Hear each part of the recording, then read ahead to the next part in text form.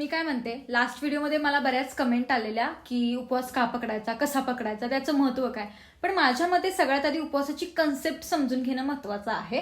आणि आपल्यासारख्या सर्वसामान्य माणसाची उपवासाची कन्सेप्ट अशी असते की सकाळी आम्हाला ब्रेकफास्टमध्ये साबुदाण्याची खिचडी, ते पण ताकाच्या ग्लाससोबत पाहिजे.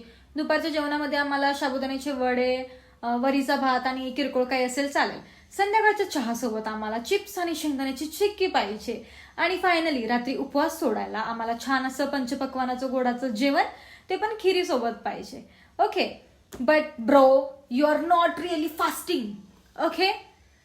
आणि हा, उपवासाचे वार पण ठरलेले असतात. सोमवार, मंगळवार, गुरुवार, शनिवार, हो ना.